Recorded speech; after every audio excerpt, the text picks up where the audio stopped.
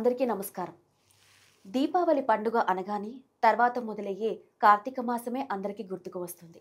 శివకేశవుల ఆరాధనకు ఎంతో శ్రేష్టమైన ఈ మాస విశిష్టతను ప్రముఖ జ్యోతిష్య ఆధ్యాత్మికవేత్త బూదరాజు భార్గవిదేవి గారిని అడిగి తెలుసుకుందాం. నమస్కారం అండి. నమస్తే అమ్మా. ఇప్పుడు కార్తీక మాసం అంటేనే శివారాధన, దీపారాధన. ఈ కార్తీక మాసంలో దీపారాధనకున్న విశిష్టత గురించి కాస్త వివరిస్తారా? తప్పకుండానండి. శ్రీ గురుభ్యో నమః. శ్రీమాత్రే నమః. త్రిదళం త్రిగుణాకారం త్రినేత్రంచ త్రియాయుధం త్రిజన్మ పాప సంహారం ఏకబిల్వం శివార్పణం. శివుడి మీద ఒక్క మారేడు దళాన్ని వేసిన అమితమైనటువంటి పుణ్యాన్ని ఇచ్చేటటువంటిది ఈ కార్తీక మాసం. ఇదొక్కటే కాదు, దీపానికి ప్రాశస్యం, స్నానానికి ప్రాశస్యం, దానానికి ప్రాశస్యం, అలాగే దైవ పూజకి, ఉపవాసాలకి ఎన్నిటికో విశేషమైనటువంటి ప్రాశస్యం కలిగినటువంటి ఈ కార్తీక మాసంలో శివుని ఆరాధన ఎంత గొప్పదో విష్ణువు ఆరాధన కూడా అంతే గొప్పది. ఎందువల్ల అంటే శివకేశవులకి భేదము లేదు అని నిరూపించేటటువంటి మాసం ఇది. కాబట్టి అద్భుతమైనటువంటి ఈ కార్తీక మాసంలో దీపానికి ఉన్నటువంటి విశిష్టతతో పాటుగా ఇప్పుడు మనం చెప్పుకున్నటువంటి ఈ మిగతా అంశాలు కూడా ఏది పాటించినా అద్భుతమైనటువంటి పుణ్యం మన ఖాతాలో చేరిపోతుంది. అయితే అమ్మ, ఇప్పుడు మనం దీపారాధన చేసినప్పుడు రావి చెట్టు కింద కానీ లేకపోతే తులసి మొక్క దగ్గర కానీ దీపారాధన చేయమని చెప్తూ ఉంటారు. దానివల్ల మనకి ఎలాంటి ఫలితం లభిస్తుంది? ఏదైనా పుణ్యానికి దారి తీసేటటువంటివి ఇవన్నీ. మనము మోక్షానికి దగ్గరగా ఉన్నాము అంటే మనకి మోక్షాన్ని ఇచ్చేస్తుంది. అంటే కొన్ని జన్మల తప ఫలితం కానీ మనకి మోక్షం రాదు. అంటే ఇవాళ ఈ ఒక్క కార్తీక మాసంలో మనం రావి చెట్టు కింద పూజ చేసామా, తులసి మొక్క కింద పూజ చేసామా, ఇవన్నీ కాదు. వెంటనే వచ్చేస్తుంది మోక్షం అని చెప్పడానికి రాదు. అంటే ఒక్క జన్మతోనే మోక్షం వచ్చేది. కొన్ని జన్మల యొక్క తపఫలము అదంతా కూడా మనకి ఈ జన్మలో, మానవ జన్మ కదా వచ్చింది, ఈ మానవ జన్మలో మనము ఉద్ధరింపబడతాం. భగవన్ నామం చేయడానికి, భగవత్ సేవ చేయడానికి, వీటన్నిటికీ కూడా మనకి జ్ఞానం ఉంటుంది, మనిషికి బుద్ధి ఉంటుంది. వీటన్నిటినీ ఉపయోగించుకొని మనము ప్రవర్తిస్తూ ఉంటాము. కాబట్టి ఈ రావి చెట్టు కింద పూజ అంటే సాక్షాత్తు విష్ణుమూర్తి రావి చెట్టు అంటే, తులసి అంటే సాక్షాత్తు లక్ష్మీదేవి. ఈ రెండిటిని కలిపి మనము పూజ చేసుకోవడం ద్వారా లక్ష్మీనారాయణల పూజ చేసుకున్న వాళ్ళమవుతాము. అద్భుతమైన పుణ్యం అన్నమాట. ఇది మాటల్లో చెప్పలేనంత గొప్ప విశేషమైనటువంటి నెల కార్తీక మాసం అనగానే. ఇక్కడ శివుడికి ఎంత ప్రాధాన్యత ఉందో విష్ణుమూర్తికి అంతే ప్రాధాన్యత ఉన్నటువంటి మాసం. ఇక ఏ మాసాలైనా తీసుకోండి, ఆశ్వీజ మాసం తీసుకున్నాము, ఆశ్వీజ మాసం అంతా అమ్మవారి పూజలే చేస్తాం. అవును. అలాగే కార్తీక మాసం తీసుకుంటే శివకేశవులకి భేదం లేదు అని, శివుడికి విష్ణుమూర్తికి భేదం లేదు అని ఇక్కడ పూజలు చేస్తాం. భాద్రపద మాసం అనగానే వినాయకుడికి చేస్తాం. అలా ఒక్కొక్క నెలలో ఒక్కొక్క దేవుడికి మనం ప్రత్యేకంగా చేస్తాం. కార్తీక మాసంలో మటుకు అస్సలు ఇంకా పరాకాష్ఠకి వెళ్ళిపోతున్నాం అన్నమాట మనం. ఈ పరాకాష్ఠ ఏంటి? పరబ్రహ్మ ఒకడే. మనం పెట్టుకుంటున్నాం పేర్లు, ఈ నెల ఈ మాసం, ఈ నెల ఈ మాసం, ఈ నెల ఈ దేవుడు ఆ దేవుడు అని పెట్టుకొని చివరికి పరాకాష్ఠ అంతా ఒకటే అనేటటువంటి ఆ పరాకాష్ఠకి వెళ్ళిపోయి మనలో కూడా జ్ఞానం అభివృద్ధి చెందేటటువంటి పరిస్థితి రావాలి. ఎంతసేపు శ్రీరామనవమి అనగానే రాముడికే పూజ చేయాలి, శివరాత్రి అనగానే శివుడికే పూజ చేయాలి, ఇలా ఒక్క దేవుడికి, అవన్నీ మనకి గురి కుదరడం కోసం, మనలో ఇంకా ఇంకా జ్ఞానాన్ని ఇనుమడింపజేసుకోవడం కోసం. కార్తీక మాసం వచ్చేటప్పటికి ఇద్దరు వచ్చేస్తారు. శివకేశవులకి భేదం లేదు, ఎవరికి చేసినా పర్వాలేదు, చేసేద్దాం అంతే. భగవంతుణ్ణి ఆరాధించడమే పరమావధిగా పెట్టుకోవాలి. ఈ మాసంలో చాలామంది సముద్ర స్నానం కానీ లేదా నది స్నానం కానీ చేయమంటూ ఉంటారు. దానివల్ల మనకి ఎలాంటి ఫలితం లభిస్తుందంటారు? చాలా అద్భుతమైన ఫలితాలండి. కార్తీక మాసం అంతా కూడా చాలా అద్భుతమైన విశేషమైనటువంటి ఫలితాలు ఉండేటటువంటి మాసం. మిగతా ఏ నెలలో అయినా ఆ పరవడి రోజులు అనేది లిమిట్గా ఉన్నాయి మనకి. నవరాత్రులు అనగానే 9 రాత్రులు చేసుకుంటున్నాం. అవును. వినాయక చవితి అనగానే అది కూడా నవరాత్రులు చేసుకుంటున్నాం, గణపతి నవరాత్రులు చేసుకుంటున్నాం. అవును. శ్రీరామనవమి అనగానే అది కూడా నవరాత్రులు చేసుకుంటున్నాం, వసంత నవరాత్రులు. అవును. ఇలా 9 రోజులు 9 రోజులు 9 రోజులు చేసుకుంటూ, ఇక్కడ దీపావళి అనగానే 3 రోజులు చేస్తాం. ధనత్రయోదశి లక్ష్మీ అమ్మవారికి చేస్తాము, నరక చతుర్దశి తలంట్లకి వీటన్నిటికీ ప్రాధాన్యత. అలాగే దీపావళి దీపాలు పెట్టుకొని బాణాలు కాల్చుకోవడానికి పండుగ చేసుకుంటాం. ఇలాగా 1 రోజా 2 రోజుల 3 రోజుల అనేది 9 రోజుల అనేది ఒక్కొక్క విశిష్టత ఉంది. కానీ కార్తీక మాసం 30 రోజుల విశిష్టతే. ఎందుకు ఇంత విశిష్టత వచ్చింది అంటే సూర్యుడు తులారాశిలో ఉంటాడు. ఇది చాలా తులా సంక్రమణం అంటాం అనమాట. ఇది చాలా విశేషమైనది. తులారాశిలో సూర్యుడు ఉండగా వచ్చేటటువంటిది. అలాగే ఈ కార్తీక మాసంలో చంద్రుడు కృత్తికా నక్షత్రంతో కలిసి ఉంటాడు. ఇది కూడా చాలా విశేషమైనటువంటిది. కాబట్టి ఈ కార్తీక మాసానికి ఇంత విశిష్టత వచ్చింది. అలాగే గంగాదేవి ప్రతి నీటి చలమలోనూ కూడా ఉంటుంది, ప్రతి నీటి బొట్టులో కూడా ఉంటుంది. కాబట్టి సముద్ర స్నానానికి చాలా ప్రాధాన్యత ఉంది. సముద్రాలు మరి అన్ని ఊర్లకి దగ్గరగా ఉండవు కదా, కాబట్టి నదులు, మరి నదుల పరిస్థితి కూడా అంతే. కాబట్టి చెరువులు, తటాకాలు, సరస్సులు, కోనేర్లు ఎక్కడ అవకాశం ఉంటే అక్కడ చెయ్యొచ్చు. బావులు ఇంటి దగ్గర చేయాలనుకుంటే బావి కూడా చాలా శ్రేష్టమైనది. మాకు బావులు లేవు, తటాకాలు లేవు, చెరువులు లేవు, నది లేదు, సెలయర్లు లేవు, కొన్ని గ్రామాలలో ఏమీ ఉండవు. ఉండనప్పుడు ఏం చేస్తారు వాళ్ళు అంటే ఇంటి దగ్గర మన కుళాయి వస్తుంది కదా, ఆ కుళాయి నీటినే గంగాదేవిగా భావించుకొని స్నానం చేయాలి.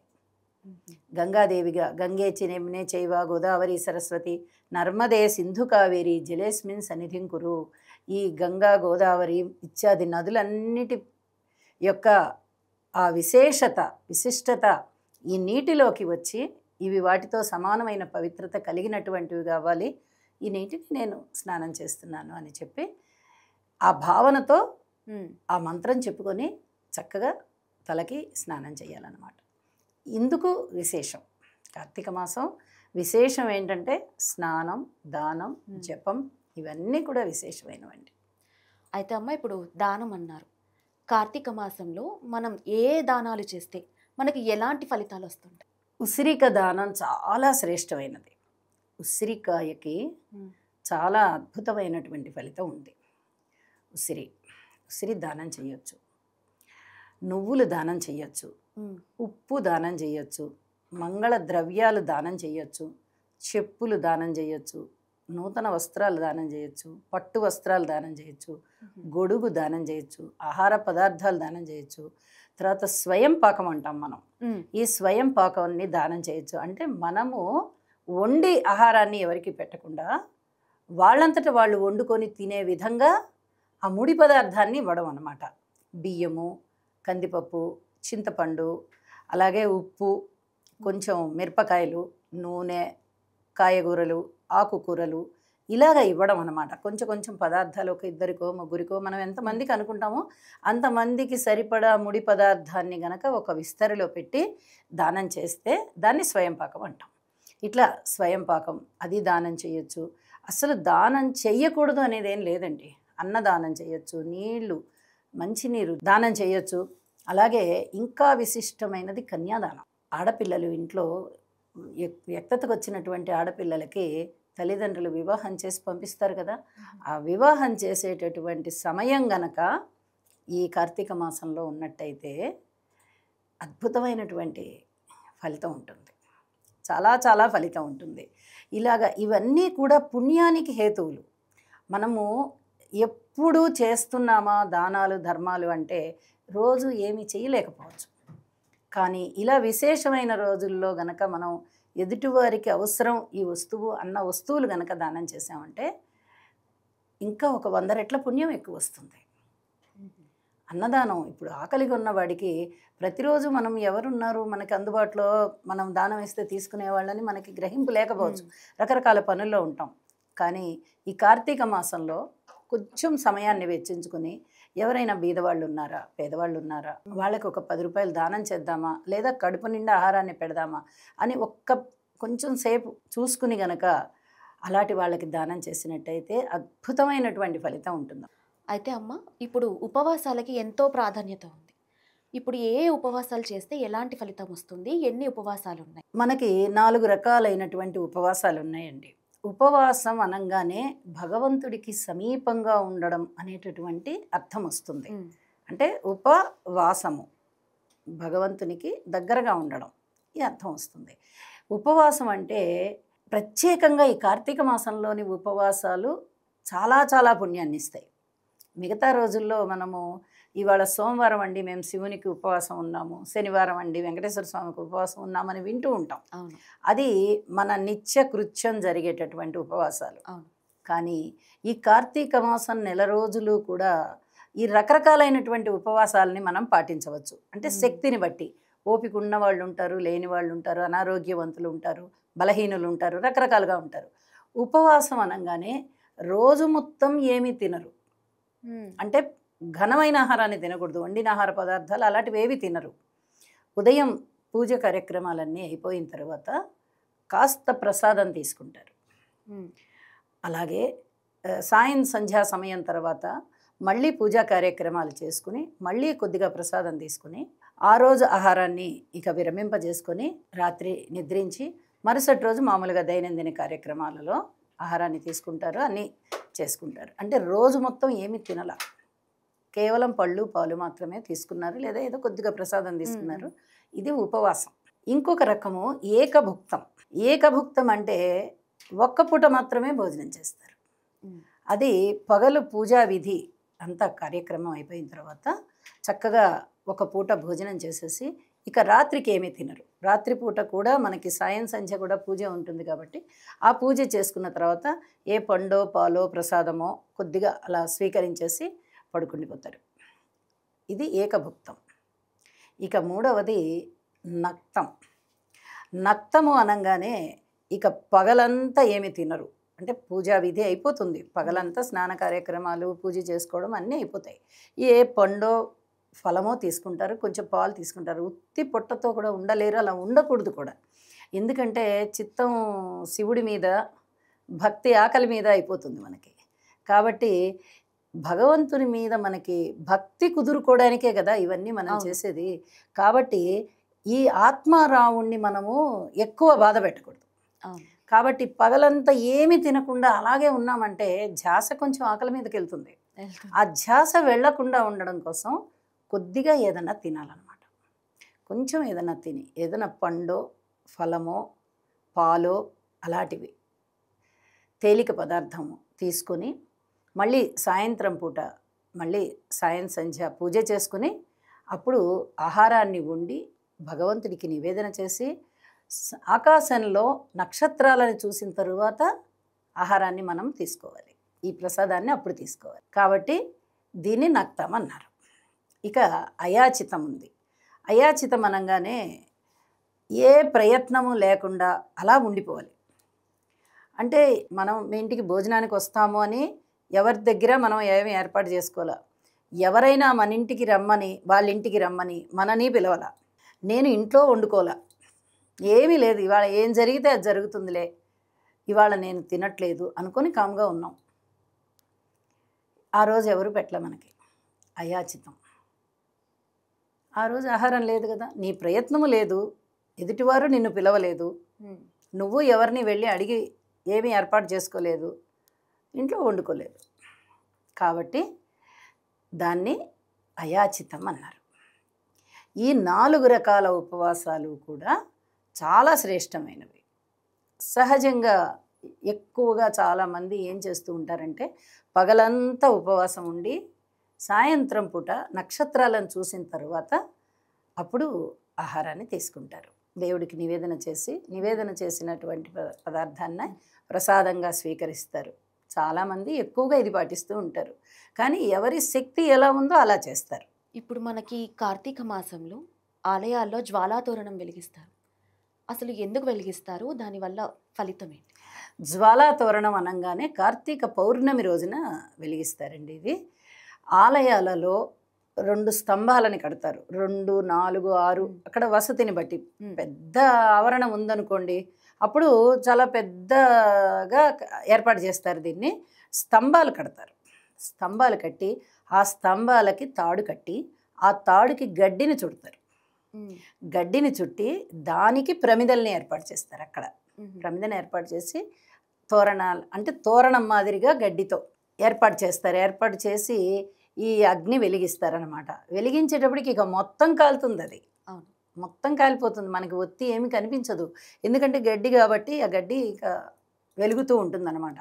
అలా వెలుగుతూ ఉన్నటువంటి గడ్డి కింద నుంచి 3 సార్లు అటు ఇటు అటు ఇటు అటు ఇటు ప్రదక్షిణ అన్నట్టుగా అనమాట. అది అర్థంతో చేస్తారు. ఎందుకంటే యముడి యొక్క బాధలు ఏవైతే ఉన్నాయో ఆ యమ బాధలు, నరకానికి వెళ్ళి మనము అక్కడ బాధలు అనుభవించకుండా ఇక్కడే జ్వాలాతోరణం కింద కనుక మనము 3 ప్రదక్షిణలు చేసినట్టయితే మనకి యమ బాధలు ఉండవు, అంటే యముడు పెట్టేటటువంటి బాధలు మనకి ఉండవు అనేటటువంటి ఒక నమ్మకం. కాబట్టి ఈ జ్వాలాతోరణాన్ని వెలిగించి దాని కింద ఈ విధంగా గనక ప్రదక్షిణలు చేసినట్టయితే మనకి యమ బాధలు తప్పిపోతాయి అని చెప్పి చెప్తారనమాట. ఇది కార్తీక పౌర్ణమి రోజు చేస్తారు. ఇప్పుడు మనకి కార్తీక పౌర్ణమికి ఉన్న ప్రత్యేకత ఏంటి కాస్త వివరిస్తారు? కార్తీక పౌర్ణమి కృత్తిక నక్షత్రంతో ఉంటుంది కాబట్టి ఆ పౌర్ణమి చాలా అద్భుతమైన పౌర్ణమి. కృత్తిక నక్షత్రం అంటే సూర్యుడి నక్షత్రం. సూర్యుడు ఇక్కడ తులారాశిలో, రాశిలోనేమో తులారాశిలో ఉంటాడు సూర్యుడు. కృత్తిక నక్షత్రం ఎక్కడుంటుంది? మేషరాశిలో మొదటి పాదం ఉంటుంది, మిగతా 3 పాదాలు వృషభ రాశిలో ఉంటాయి. ఇది విశేషం అన్నమాట. కృత్తిక నక్షత్రానికి అధిపతి రవి కాబట్టి ఇది రవి తులా సంక్రమణం కదా, రవి సంక్రమణం తులలో జరుగుతోంది కదా, ఇది చాలా విశేషమైందనమాట. ఈ 2 అక్కడ చంద్రుడు కృత్తిక నక్షత్రంతో కలవడము, పౌర్ణమి రోజున ఇక్కడ తులారాశిలో రవి సంచారము, ఈ 2 కూడా విశేషమైనవి కాబట్టి ఈ కార్తీక పౌర్ణమికి చాలా విశిష్టత ఉందన్నమాట. ఇప్పుడు కార్తీక మాసంలో ప్రతిరోజు కూడా ముఖ్యమైనది. ఆ రోజులలో మనకి నాగుల చవితి ఒకరోజు. ఆ రోజున సుబ్రహ్మణ్య స్వామిని ఏ విధంగా పూజించాలి? నాగుల చవితి చాలా విశిష్టమైనటువంటి రోజు. ఇది కార్తీక మాసంలో శుద్ధ చవితి రోజున వస్తుంది. అంటే కార్తీక మొదలైన 4వ రోజునే, పాడ్యమి, విధియ, తదియ, చవితి 4వ రోజు. 4వ రోజునే వస్తుంది మనకి. దీనిలోని అంతరార్థం ఏమిటి అంటే సుబ్రహ్మణ్యేశ్వర స్వామిని పూజించడం ఒకటి. ఆ రోజు సుబ్రహ్మణ్యేశ్వరుడి పండగ. ఆ రోజు పుట్టలో పాలు పోస్తాము, చలివిడి, చిమ్మిరి, అరటి పండ్లు ఇవి నైవేద్యం పెడతాము. ఆ రోజు కూడా మనం ఉపవాసం ఉంటాం. పగలంతా ఉపవాసం ఉండి రాత్రికి భోంచేసే వాళ్ళు ఉన్నారు, ఇందాక చెప్పినట్టుగా నక్తం. లేదు పూర్తిగా ఉపవాసం ఉండి మర్నాడు భోంచేసే వాళ్ళు ఉన్నారు. పగలొక్కటి భోంచేసి రాత్రి భోజనం చేయకుండా ఏమీ తినకుండా ఏదో పండో ఫలహారమో ఇది ఏకభుక్తం చేసేవారు ఉన్నారు. ఏ రకంగా అయినా కూడా ఈ 3 ఉపవాసాల్లో ఏదో ఒక ఉపవాసాన్ని కూడా ఈ నాగుల చవితి రోజున పాటిస్తారు. నాగుల చవితి అనగానే నాగుపాము కదండి, ఈ నాగుపాములకి అధిపతి సుబ్రహ్మణ్యేశ్వర స్వామి కాబట్టి ఆ సుబ్రహ్మణ్యేశ్వర స్వామిని మనము పుట్ట రూపంలో ఆరాధిస్తాం. మామూలుగా విగ్రహాలు కూడా ఉంటాయి, సుబ్రహ్మణ్యేశ్వరుడి ఆలయాలు కూడా ఉంటాయి మనకి, అక్కడ పూజలు చేస్తాము. అర్చన, అభిషేకము లాంటివి విగ్రహాలకి భగవంతుడి ఆలయంలో చేసుకుంటాము. సాక్షాత్తు అక్కడ భగవంతుడు ఉన్నాడు అనే మనకి గట్టి నమ్మకం. ఎందుకంటే ఆలయంలో విగ్రహ ప్రతిష్ఠ జరిగిన తర్వాత అక్కడ ఖచ్చితంగా భగవంతుడు నెలకొని ఉంటాడు, ఏమి సందేహం లేదు అందులో. ఈ ప్రతీకగా మనం ఏం చేస్తాము, పుట్టకి కూడా వెళ్ళి పాలు పోసొస్తూ ఉంటాం. దీనికి కూడా ఒక అంతరార్థం ఉంది. అది ఏమిటి అంటే స్త్రీల గర్భానికి సంబంధించి ఈ పుట్టకి సంబంధించి ఒక అవినావభావ సంబంధం. స్త్రీలకి సంతాన సమస్యలు లేకుండా చక్కటి పిల్లలు కలగాలని, అవయవాలు ఏవి కూడా డిస్టర్బ్ కాకుండా, అవయవాలన్నీ కూడా ఒక కన్నుండి ఒక చెవి ఉండి అలాగా కాకుండా, ఒక కన్ను లేక ఒక చెవి లేక అనమాట, అలా కాకుండా వినికిడి శక్తి లేకుండా ఈ అవయవాలన్నీ లేకుండా సుబ్రహ్మణ్యేశ్వర స్వామికి మొక్కుకుంటాం మనం. తండ్రి నాగదేవ మా కడుపు పండించు అని స్త్రీలు ఎక్కువగా మొక్కుకుంటూ ఉంటారు. ఆ పురుషులకు కూడా ఇది వర్తిస్తుంది, కానీ గర్భం దాల్చేది స్త్రీలు కాబట్టి ఈ గర్భానికి దానికి ఆ పుట్టకి ఈ పొట్టకి ఒక అవినావభావ బంధం అనమాట. పుట్ట మనకి పుట్టలో పాలు పోస్తాం, లోపల ఉమ్, నాగమయ్య ఉంటాడు అనేది ఒకటి మనకి నమ్మకం. అవును. ఉంటారు కదా, పుట్టల్లోనే కదా నాగులు ఉండేది. కాబట్టి అలాగే మన శరీరంలో కూడా ఈ పొట్ట భాగంలో నుంచే ఉత్పత్తి, మళ్ళీ పునరుత్పత్తి జరుగుతుంది కదా స్త్రీకి. అది ఒక జననాంగం కదా. కాబట్టి ఈ జననాంగానికి సంబంధించి, ఈ ఉత్పత్తికి సంబంధించి దేవసేనుడు అంటే సుబ్రహ్మణ్యేశ్వరుడే కనికరించాలి. ఈ సంతానానికి ఆయన ప్రతీకగా నిలబడ్డాడు, ప్రతినిధి అనమాట. అందుకని తప్పనిసరిగా ఈ కార్తీక మాసంలో సుబ్రహ్మణ్యేశ్వర స్వామిని మనము ఆరాధిస్తాము. ఈ పుట్టకి పాలు పోసి పూజ చేయడం ద్వారా సంతానాన్ని చల్లగా కాపాడమని, సంతానాన్ని అభివృద్ధి చెయ్యమని కోరుకుంటాం. కార్తీక మాస వ్రతాన్ని ఆచరించలేని వాళ్ళు ఏ రోజుల్లో శివారాధన చేయడం మంచిదంటారు? కార్తీక మాసం మొత్తం ఆచరించగలిగే వాళ్ళు మొత్తం ఆచరిస్తారండి, 30 రోజులు కూడాను. 30 రోజులు మేము ఆచరించలేమండి, మాకు రకరకాల పనులు, వృత్తులు, ఉద్యోగాలు ఉన్నాయన్న వాళ్ళు కార్తీక సోమవారం చెయ్యొచ్చు. కార్తీక సోమవారాలు 4 సోమవారాలు వస్తాయి కదా మనకి ప్రతి నెలలో కూడా. అలా సోమవారం నాడు చక్కగా పూజా విధానం అంతా చేసుకొని, నది దగ్గరుంటే నదికి వెళ్ళి స్నానం చేసుకొని వచ్చి పూజ చేసుకొని, లేదా అంటే ఇంట్లోనే స్నానం చేసి పూజ చేసుకొని దేవాలయానికి వెళ్ళి దైవాన్ని దర్శనం చేసుకొని ఆ రోజు ఉపవాసం ఉండగలిగితే ఉండొచ్చు. ఒకవేళ ఉండలేకపోతే, అది శరీర సామర్థ్యానికి సంబంధించింది కాబట్టి, ఉండలేకపోతే భగవంతుడికి దండం పెట్టేసుకుని వాళ్ళ పనుల మీద వెళ్ళిపోవచ్చు. కార్తీక పౌర్ణమి చేసుకోవచ్చు, ఏకాదశి వ్రతం ఉంది, ద్వాదశి వ్రతం ఉంది. ఇలాగా మనకి ఉన్నాయి, ఇంకా పరవడి రోజులు ఉన్నాయి. కాబట్టి ఏ రోజునైనా ఒక్క రోజున కుదుర్చుకొని చేసుకున్నా కూడా మనకు ఒక తృప్తి కలుగుతుంది. ఒక్కరోజు పూజ చేసుకుంటేనే మోక్షం వచ్చేస్తుందని చెప్పం, కానీ పుణ్యం వస్తుంది, ఖచ్చితంగా మనకి పుణ్యం వస్తుంది. జన్మ జన్మల పాపాలన్నిటినీ ఏ రూపకంగా పోగొట్టి భగవంతుడు మనకి మానవ జన్మ ఇచ్చాడో తెలియదు. అటువంటి మానవ జన్మ ఇప్పుడు మనకి వచ్చింది కాబట్టి వీలైనంత వరకు దైవ సేవ చేసుకోవడానికి మనము ప్రయత్నం చేయాలన్నమాట. ముఖ్యంగా ఈ కార్తీక మాసంలో 30 రోజులు పరవడి రోజులే కాబట్టి వీలైనంత వరకు చేసుకోవాలి. కుదరలేదు, ఇక మనకి ఏది చేత కావట్లేదు అనుకుంటే దండం పెట్టుకోవాలంతే. ఏదో ఒకటి కుదురుతుంది కదా, స్నానమైనా కుదురుతుంది, తలారా స్నానం చేసేది, లేదా ఉపవాసమైనా కుదురుతుంది, లేదా దానాలైనా కుదురుతాయి, ఇలా దీపం పెట్టుకోవడం అయినా కుదురుతుంది, ఏదో ఒకటి కుదురుతుంది. అంత ఏది కుదరకుండా పూర్తిగా అడవిలోనే ఉన్నాం మనం, అసలు ఏమి మనకి తెలియదనేది కాదు ఇప్పుడంతా. అవును. కాబట్టి ఇలా ఏది కుదిరితే అది చేసుకోవచ్చండి. ఏది చేసినా కూడా అది పుణ్యానికి దారితీస్తుంది, అమితమైన పుణ్యం అని ఇస్తారనమాట. ఏకాదశి వ్రతం గురించి కాస్త వివరిస్తారా? ఏకాదశి వ్రతం చాలా అద్భుతమైన వ్రతం అండి. మనకి అంబరీషుడి కథ ఉంది. దశావతారాలు ఆవిర్భవించడానికి దుర్వాస మహాముని పెట్టినటువంటి శాపము శ్రీ విష్ణుమూర్తి ఎలా స్వీకరించాడు. మహాభక్తుడైనటువంటి అంబరీషుడు, అంటే ఈ రెండు కలిపి చెప్పుకోవచ్చు మనం. ఏకాదశి ఒకరు ఈ శుక్లపక్షంలో వచ్చే ఏకాదశి, కృష్ణపక్షంలో వచ్చే ఏకాదశి రెండూ కూడా చాలా ఉత్తమోత్తమైనవి. మామూలుగా ప్రతి నెలలోనూ 2 ఏకాదశిలు కూడా అందరూ ఉపవాసం ఉంటారు.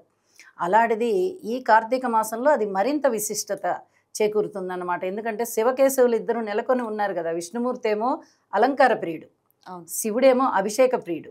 ఆ రెండు ఈ నెలలోనే జరుగుతాయి. మనం విష్ణుమూర్తికి అలంకారం చేసి పూజ చేసుకుంటాము, శివుడికి శివారాధన ఎలా చేస్తాం, నీటితో కాస్త కొంచెం నీళ్లు తీసుకెళ్ళి, దోసె నీళ్లు తీసుకెళ్ళి శివుడి మీద పోసిన ఆయన ఎంతో మెచ్చుకొని, అబ్బా నాకు కాదా మంచిగా నీళ్ళు పోసారని వరాలు ఇచ్చిస్తాడు. భోళాశంకరుడు అని అందుకే ఆయనకి.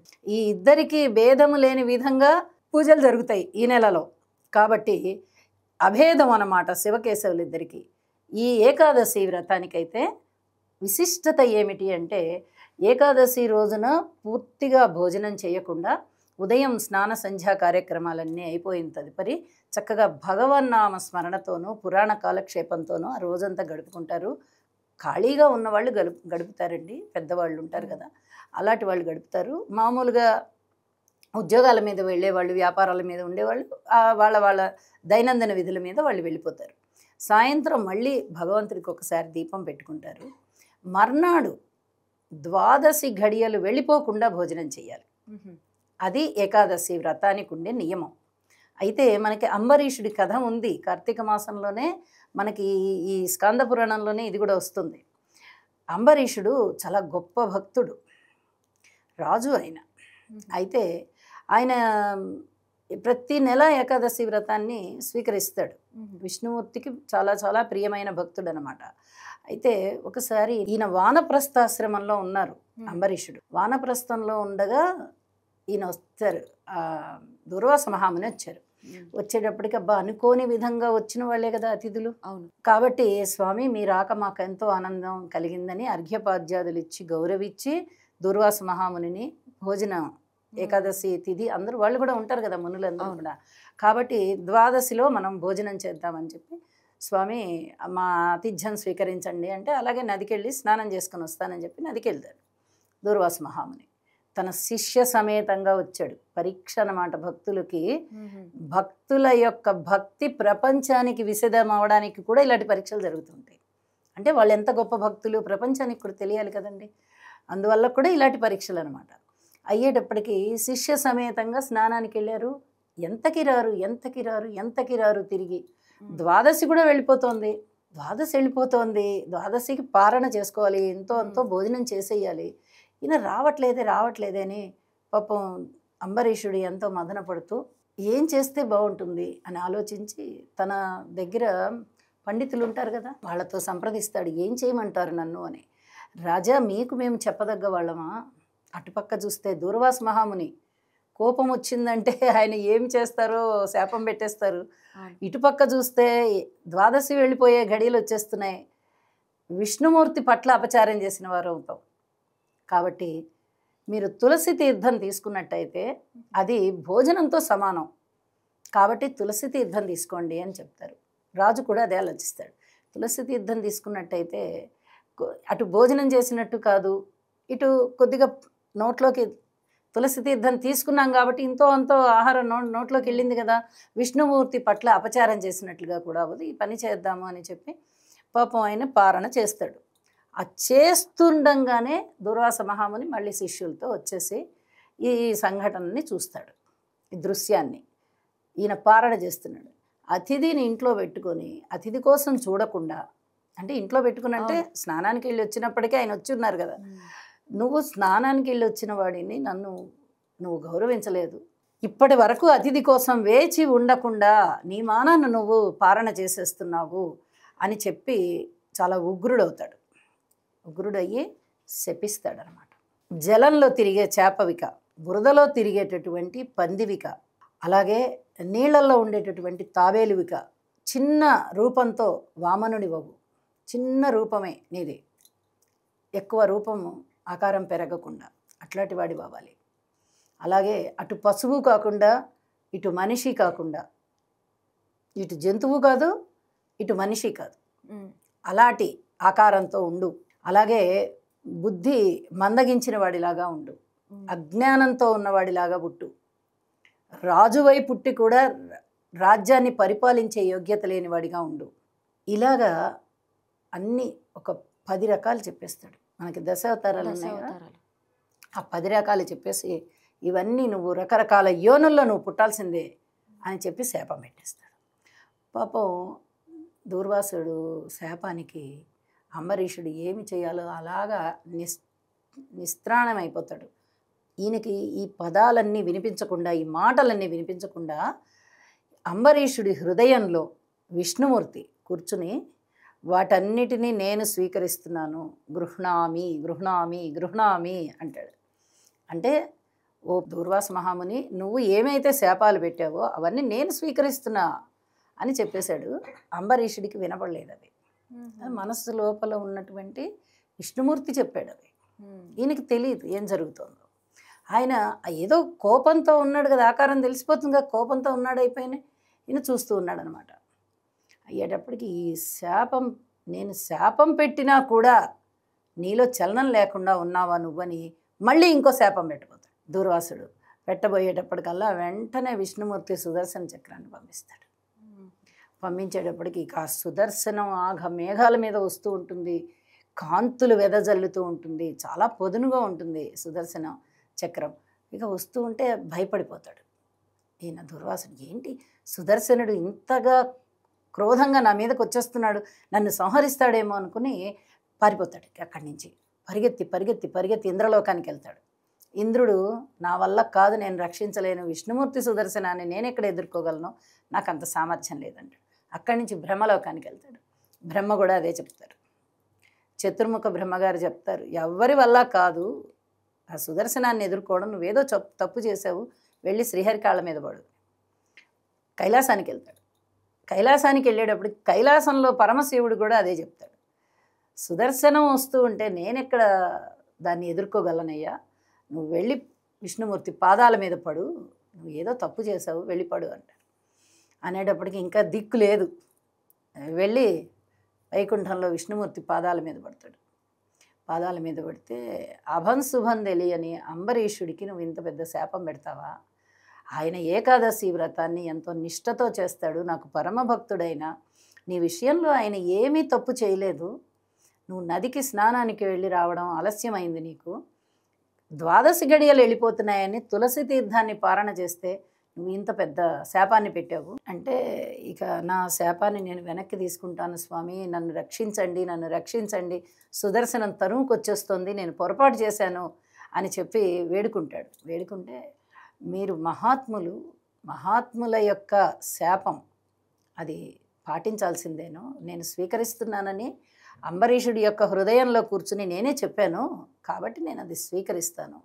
సోమకుణ్ణి చంపడానికి మత్స్యావతారాన్ని అవుతాను, అలాగే భూమిని రక్షించడానికి వరహావతారాన్ని అవుతాను, అలాగే మందరగిరి పర్వతాన్ని చిలికేటప్పుడు తాబేలుని అవుతాను, నేను కూర్మం తాబేలుని అవుతాను, అలాగే అజ్ఞానంతో ఉన్నటువంటి నేనే దేవుణ్ణి అని తెలియని స్థితిలో రాముణ్ణి అవుతాను, అలాగే రాజ్యాధికారం ఉండి కూడా రాజుగా ఉండలేకపోవడం కృష్ణుణ్ణి అవుతాను, అలాగే పరశురాముణ్ణి అవుతాను, ఇలా అన్ని బుద్ధుణ్ణి అవుతాను, కల్కిని అవుతాను, అన్ని అవతారాలు మనకి ఉన్న దశావతారాలు చెప్పి నేను ఈ విధంగా నేనే వాటన్నిటిని స్వీకరిస్తున్నాను అని చెప్తే, స్వామి నన్ను కరుణించండి అంటే, నేను కూడా ఏం చేయలేను, ఒకసారి సుదర్శనాన్ని ప్రయోగించాను అంటే మళ్ళీ దాన్ని ఎవరి కొరకు నేను సుదర్శనాన్ని ప్రయోగించాను, అంబరీషుణ్ణి కాపాడడానికి, నిన్ను శిక్షించడానికి అన్నట్టుగా నేను పంపించాను, వెళ్ళి అంబరీషుణ్ణి శరణు వేడు,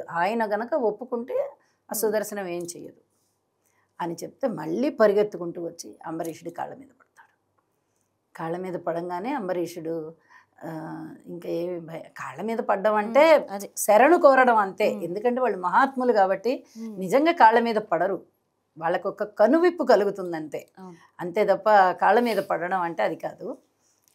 వచ్చి అడుగుతాడనమాట, అంబరీష నేను తప్పు చేశాను అనగానే, స్వామి మీరేం తప్పు చేయలేదు, మీరు పెద్దవారు, మాకు గురుతుల్యులు అని చెప్పి ఆయనకి స్వస్థత చేకూర్చి సుదర్శనం వైపు తిరిగి, సుదర్శనమా నువ్వు ఇక వెళ్ళిపో అంటే, అలాగ వెళ్ళడానికి లేదు, నేను ఈయన మీద దుర్వాసుడి మీదకి ప్రయోగించారు విష్ణుమూర్తి నన్ను, మీకు అవమానం జరిగింది ఇక్కడ, నేను ఆయన మీదకి వెళ్ళాల్సిందేనా అంటాడు సుదర్శనుడు.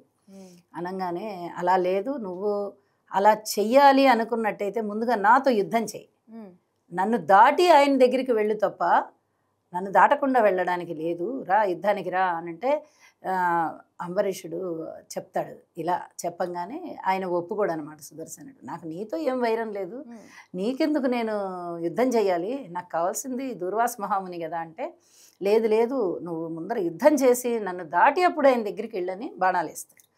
బాణాలు వేసేటప్పటికి ఇక శాంతిస్తాడనమాట.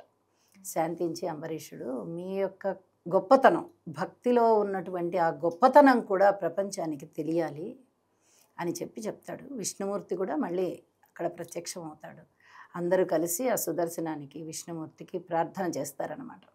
ప్రార్థన చేస్తారు. ఆ తరువాత ఈ అతిథి మర్యాదలన్నీ తీసుకుని దూర్వాసుడు వెళ్ళిపోతాడు.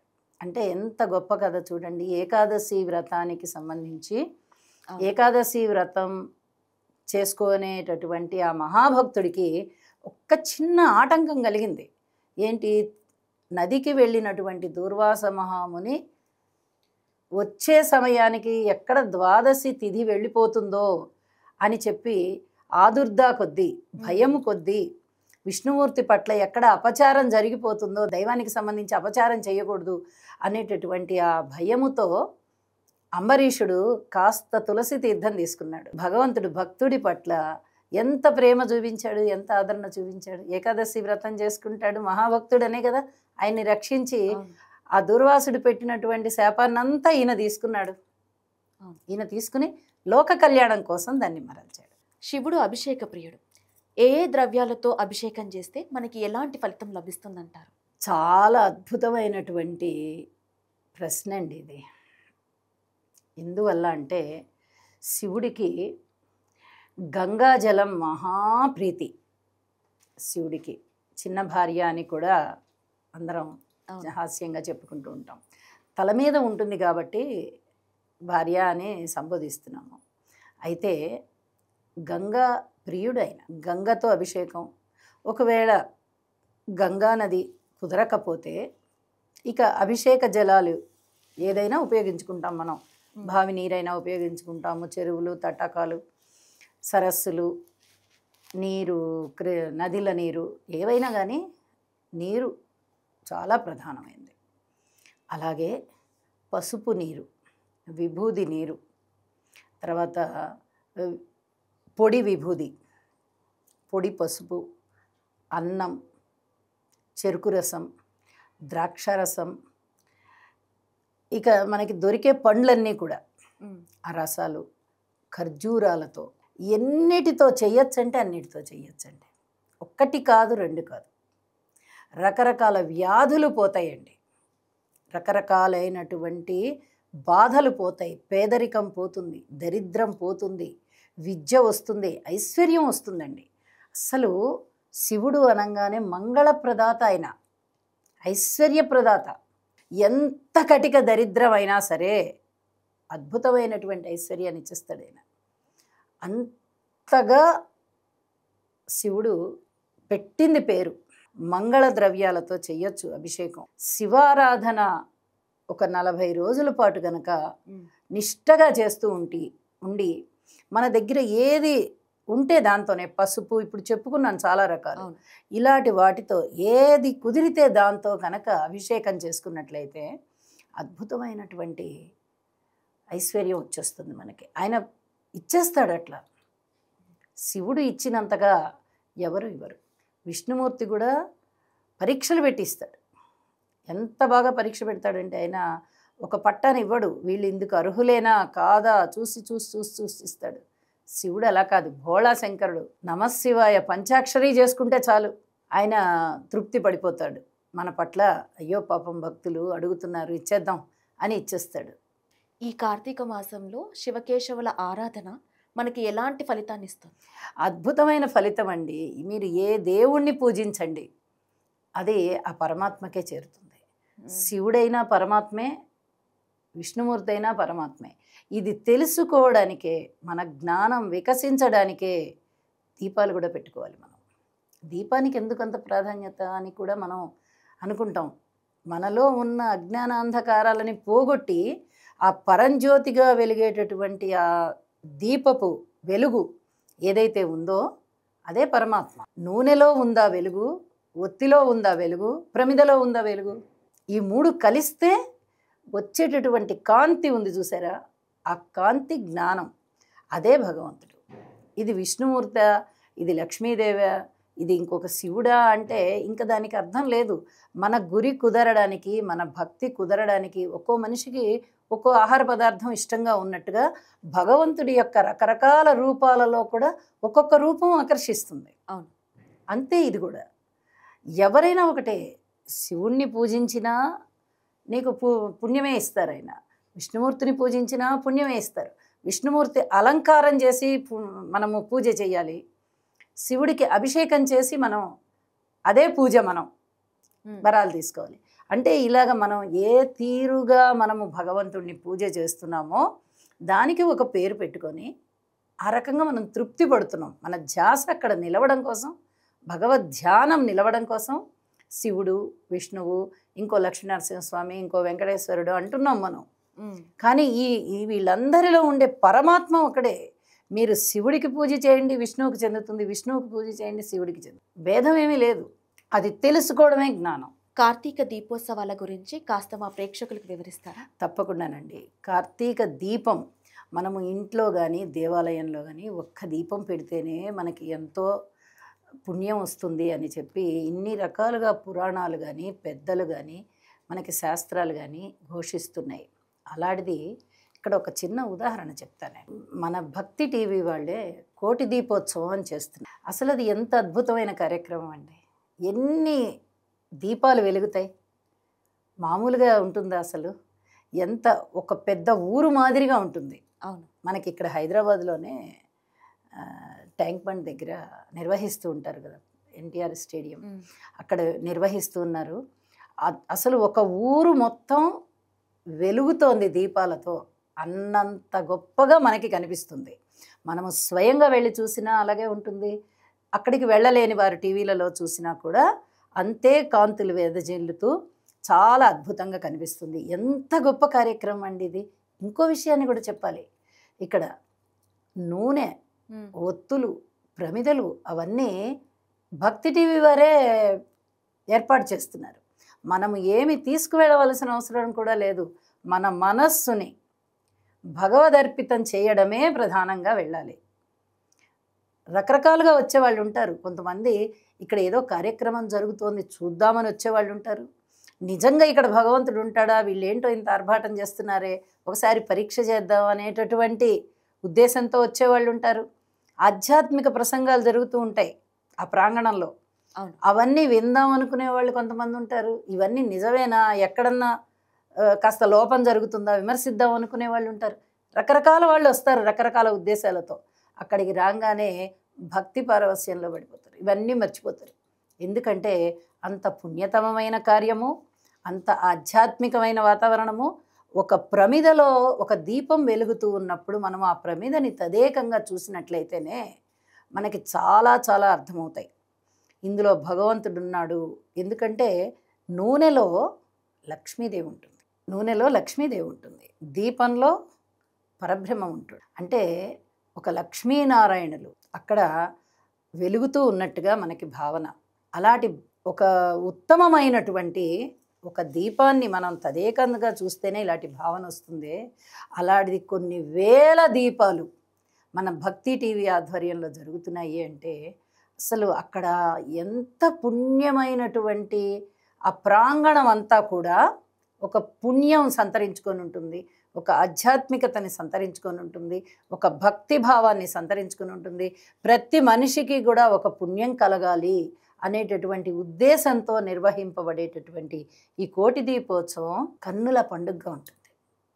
అది భక్తి టీవీ యాజమాన్యం వారికి చాలా చాలా మంచిది, వెళ్ళినటువంటి భక్తులకి కూడా చాలా మంచిది. ఎందుకంటే రకరకాల చోట్ల నుంచి కూడా వెళ్తారు. ఇంటి నుంచి వెళ్ళేవారైతే ఏదో పండో ఫలమో ప్రమిదలో నూనెలో ఒత్తులో ఏవో కొన్ని తీసుకువెళ్ళడానికి అవకాశం ఉంది దీపాలు వెలిగించుకోవడానికి. మరి రకరకాల ప్రాంతాల నుంచి వచ్చేవారికి అవకాశం లేకపోవచ్చు, రకరకాల పనుల మీద నుంచి వెళ్ళి వచ్చే వాళ్ళకి అవకాశం లేకపోవచ్చు. మరి అలాంటి వారికి కూడా వీళ్ళు ఇక్కడ సప్లై చేసి చక్కగా ఆ దీపాలను వెలిగించుకోవడానికి అవకాశం ఇస్తున్నారంటే ఆ దీపానికి ఎంత ప్రాధాన్యత ఉందండి, అద్భుతమైన ప్రాధాన్యత. అంటే ఒక దీపం వెలిగించాము అంటే అది ఆ చుట్టుపక్కల ఉన్నటువంటి చీకటిని ఎలా పారద్రోలుతుందో తన వెలుగుతో, ఆ వెలిగేటటువంటి దీపము పరబ్రహ్మతో సమానము, భగవంతుడితో సమానము, ఇది లక్ష్మితో సమానము అని చెప్పి మన మనసులో కూడా అంతే ఆలోచనల్ని కలగజేసి మనలో ఉన్నటువంటి అంతర్లీనంగా ఉండిపోతుంది అజ్ఞానం. ఈ అజ్ఞానాంధకారాలను కూడా తీసివేస్తుంది. ప్రతిరోజు దీపం పెట్టుకునేది వేరు, కార్తీక మాసంలో పెట్టేటటువంటి దీపం వేరు. ఇది కార్తీక దీపం ప్రత్యేకం. ఇది మనలో ఉన్నటువంటి అజ్ఞానాంధకారాన్ని పూర్తిగా సడలింపజేసేస్తుందన్నమాట. ఇటువంటి ఉత్తమోత్తమమైనటువంటి దీపం వెలిగించడము, దీపం వల్ల కలిగే ప్రయోజనము, ఇలాంటి వాటికి మన భక్తి టీవీ వారు కూడా ఎంత అద్భుతమైన కార్యక్రమాన్ని నిర్వహిస్తూ ప్రజలందరిలోనూ భక్తి భావాన్ని పెంచుతున్నారు. మనం ఈ సందర్భంగా ఇంకొకసారి గుర్తు చేసుకో. ఈ దీపం మీద కూడా మనకి చాలా కథలు ఉన్నాయి. ఒక చిన్నది చెప్తాను. ఒక ఊర్లో ఒక పేదరాలు ఉండేది. అయితే ఆమె అనాథ అన్నమాట. పాపం ఎవరు లేరు ఆమెకి. ఇక భర్త లేడు, బిడ్డలు లేరు, తల్లిదండ్రులు లేరు, అత్తమామలు లేరు, ఎవ్వరు లేరు. ఆమె ఒక్కతే భిక్షాటన చేస్తూ కాలం గడుపుతోంది. అంటే నలుగురు ఇచ్చినటువంటి పప్పులు, కూరలు, అన్నము అన్నీ తెచ్చుకుంటుంది. భిక్షాటన చేసి తెచ్చుకుంటుంది. తను తినగా మిగిలిన పక్కన పెట్టుకొని అమ్ముకుంటుంది. అవి అమ్ముకుంటుంది ఆ పేదరాలు. మరి ఇంకా ఇతరత్ర వాటికి ధనం కావాలి కదా, ఎవరిస్తారు ధనము? అందుకని ఆ వచ్చిన ఆహారాన్నే తిన్నంత తిని మిగతాది అమ్ముకుంటుంది. అలాగా చేస్తూ ఉంది ఆమె దినచర్య. వృద్ధురాలైపోయింది ఆమె. ఆమెకు ఒక రోజున నేను ఇలాగ బతుకుతున్నాను, ఏమీ లేదు నాకు, నేను ఇలా బతుకుతున్నాను కదా, నాకు కూడా ఏదన్నా మంచి జరిగితే బాగుండు అని అనుకుంటుంది. ఆ సమయానికి ఆ ఊరికి ఒక సాధువు వచ్చి ఉంటాడు. ఆయన కార్తీక మాస విశిష్టత చెప్తూ ఉంటాడనమాట. ఆయన్ని అడుగుతుంది, నాకు ఏ విధంగా మంచి జరుగుతుంది స్వామి, నేను ఈ రకమైన జీవితంలో ఉన్నాను అంటే, అమ్మ దీపదానం చెయ్యి, నీకు చాలా బాగుంటుందమ్మా, నీకు చక్కటి మోక్షం వస్తుంది అంటే, సరే కదా అని చెప్పి దీపాన్ని తయారు చేసుకుని దానం ఇస్తుంది. దురదృష్టం పాపం ఆమె చనిపోతుంది, ఆయుష్ తీరిపోయింది. అయితే ఈమె చేసినటువంటి ఈ భిక్షాటనకి కానీ లేదా తాను తినగా మిగిలిన పదార్థాన్ని అమ్ముకుంటుంది కదా, ఆ దానికి కానీ యమదూతలు వచ్చి నరకానికి తీసుకెళ్ళాలి. కానీ ఈమెని విష్ణు భటులు వచ్చి స్వర్గానికి తీసుకెళ్ళిపోతారు, వైకుంఠానికి, మోక్షం వచ్చేసి. దీపదానం వల్ల అంతటి ఫలితం ఉంటుందన్నమాట. ఇంకో కథ కూడా చెప్పుకోవచ్చండి దీపదానం వల్ల. మనకి ఈ పూర్వకాలంలో రాజులు కదా అంత పరిపాలన. అయితే ఒక రాజు సంతానం లేకుండా ఉన్నారు. అన్నీ ఉన్నాయి, చక్కగా పరపతి ఉంది, రాజు అంటే ఏం కొదవా, అన్నీ ఉన్నాయి, సంతానం లేరే అని బాధపడుతూ ఉంటాడు రాజు. బాధపడుతూ ఉంటే నేను ఏం చేయమంటారని గురువుగారిని అడుగుతారు. ఆస్థాన గురువులు ఉంటారు కదా, ఆ గురువు గారులను అడిగితే, రాజా మీరేమి దుఃఖపడకండి, చక్కగా కార్తీక మాసంలో దీపదానం చెయ్యండి, మీకు అద్భుతమైనటువంటి సంతానం కలుగుతారు, ఏం విచారపడకండి అని చెప్పి చెప్తాడనమాట ఆ ముని. సాధువులు వాళ్ళందరూ గురువులు. అయితే కార్తీక మాసం రానే వస్తుంది, ప్రతిరోజు అన్నదానం చేసి, బ్రాహ్మణుల్ని పిలిచి అన్నదానం చేసి దీపాలు వెలిగించి ఆ దీపాలు దానం చేస్తాడు. దానం చేయంగానే వెంటనే మహారాణి కడుపుతో ఉంటుంది, చక్కగా మగ సంతానం కలుగుతుంది, చాలా సంతృప్తి చెందుతాడు రాజు. అంటే మనకి ఈ స్కాంద పురాణంలోని కథల వల్ల ఏం తెలుస్తుందంటే, మనము భక్తి భావనతో ఉండాలి. ప్రధానమైన నియమం ఇది. మన మనస్సు నిండా భక్తి ఉండాలి. మనము చేసేటటువంటి పని చిత్తశుద్ధితో చేయాలి. ఖచ్చితంగా మంచి ఫలితాలు వస్తాయి. మనకి ఏది కావాలంటే అది ఇస్తాడు భగవంతుడు. మనకి ఏది లేదు దాన్ని ఇస్తాడు ఆయన. మనకి ఏది కావాలి అది ఇస్తాడు ఆయన. అంటే ఆ లోపాన్ని తీర్చేస్తాడనమాట. అయితే అమ్మ, భగినీహస్త భోజనం వల్ల ఎలాంటి ఫలితం వస్తుంది? భగినీహస్త భోజనం అనగానే కార్తీక మాసంలో 2వ రోజు విధియ రోజున ఈ పండుగను చేసుకుంటామండి. అన్న చెల్లెళ్ళ పండుగ. అక్క లేదా చెల్లి, అన్న లేదా తమ్ముడికి స్వయంగా వంట చేసి పెట్టాలి. ఆ రోజున అన్నగారు లేదా తమ్ముడు, అన్నదమ్ములు ఈ అక్క చెల్లెళ్ళ ఇంటికి వెళ్ళి వాళ్ళ చేతి మీదుగా భోజనం చేస్తారు. దీనివల్ల ప్రయోజనం ఏమిటి అంటే అకాల మృత్యు ఉండదు. అలాగే ఈ అక్క చెల్లెళ్ళకు కూడా సౌభాగ్య సిద్ధి కలుగుతుంది. దీనికి కూడా ఒక కథ ఉందండి. యమునా నది, అలాగే శనిదేవుడు, అలాగే యముడు, యమధర్మరాజు, ఈ ముగ్గురు కూడా రవి గారికి సంతానం. మన గ్రహ మండలంలో ఉన్నటువంటి గ్రహ అధిపతి, ఆ మండలాధిపతి రవి, సూర్యుడు, ఆయనకి వీళ్ళ ముగ్గురు సంతానం. అయితే యమునా నది చిన్నమ్మాయి అన్నమాట. యమధర్మరాజు పెద్దవాడు, శని యమధర్మరాజు ఇద్దరు పెద్దవాళ్ళు, యమున చిన్నది. అయితే ఒకసారి యమున అన్నగారిని భోజనానికి పిలుస్తుంది, యమధర్మరాజుని. అన్న మా ఇంటికి భోజనానికి రా అని. అయితే సరేనమ్మా వస్తాను అని చెప్తారు యమధర్మరాజు. చెప్తాడు, కానీ ఆయన సమవర్తి, ధర్మ నిర్ణయం చేయడంలో ఆయన తర్వాత ఎవరైనా. మరి 24 గంటలు ఈ పాపుల యొక్క చిట్లాన్ని చూసుకుంటూ ఎవరెవరిని ఎప్పుడెప్పుడు శిక్షించుకోవాలి, ఎప్పుడు నరకానికి తేవాలి, వాళ్ళకి ఎలాంటి శిక్షలు వేయాలి, ఇవన్నీ చూసుకోవడంలో, ఆ ధర్మ నిర్ణయం చేసుకోవడంలో ఆయన ఫుల్గా సతమతమైపోయి ఉంటాడు, వెళ్ళలేకపోతాడు. పాపం యమున చూసి చూసి అన్నగారు రాలేదు అని చెప్పి ఆహార పదార్థాలన్నీ అందరికీ పంచిపెడుతుంది. మళ్ళీ ఇంకోసారి పిలుస్తుంది, అన్న మా ఇంటికి భోజనానికి రా అని. అంటే చెల్లెలు ఎంతో ప్రేమగా పిలిచింది, వెళ్ళాలి వెళ్ళాలి అనుకుంటాడు. అప్పుడు కూడా ఆయన యొక్క విద్యుక్త ధర్మాలు పాటించడంలో వెళ్ళలేకపోతాడు, సమయాతీతం అయిపోతుంది. ఇక మూడోసారి గట్టిగా గోల్ చేస్తుంది, అన్నా నువ్వు రావా, నీకు భోజనం పెట్టాలి, రా అన్న అంటే పాపం చెల్లెలి మనసు బాధపడుతోంది. 2 సార్లు నేను వెళ్ళలేకపోయాను, ఈసారి తప్పకుండా వెళ్ళాలి అని ఆయన ఎన్నో పనుల మధ్య కాస్త వెసులుబాటు చేసుకుని యమున ఇంటికి వస్తారు. యమున చక్కగా ఆదరించి భోజనం పెడుతుంది. భోజనం పెట్టగానే తృప్తి పడతాడు, అమ్మలాగా అన్నం పెట్టావమ్మా, చాలా తృప్తిగా ఉంది అని చెప్పి ఏదన్నా వరం కోరుకో తల్లి, నీకు ఒక వరం ఇస్తాను అంటాడు. వెంటనే యమున అనేది ఏమడుగుతుందంటే, అన్నా ఈ రోజున నువ్వు మా ఇంటికి వచ్చి భోజనం చేసి ఎంతో తృప్తిగా నాకు వరం ఇస్తానన్నావు, ఆ వరం నాకు ఒక్కదానికే కాదు, స్త్రీలందరికీ కావాలి.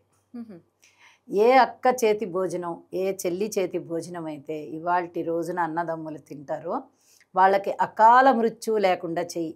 అంటే మరి యమధర్మరాజేగా ప్రాణాలు తీసుకొని వెళ్ళిపోయేది కాబట్టి అకాల మృత్యువు లేకుండా చెయ్యన్నా, నాకు ఇదే కావాలి అంటే ఎంత మంచి మనసమ్మ అనేది.